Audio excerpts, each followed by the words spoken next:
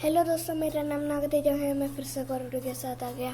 इस वीडियो में मैं आपको बताऊंगा कि आप विंडोज़ 10 का माउस विंडोज़ एक्सपी जैसा कैसे बना सकते हैं।